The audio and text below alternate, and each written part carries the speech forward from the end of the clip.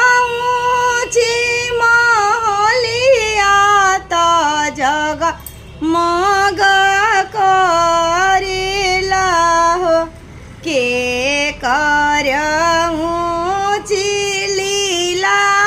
र तिलक भलु शोभेला हो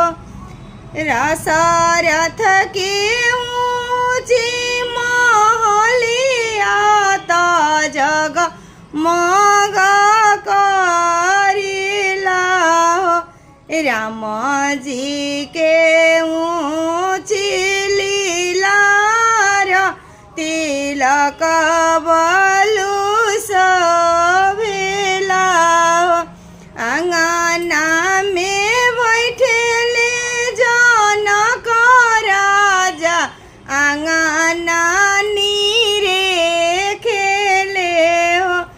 दशरथ के आंगन बड़ी छोटा तिलक नहीं शोभेला हो दशरथ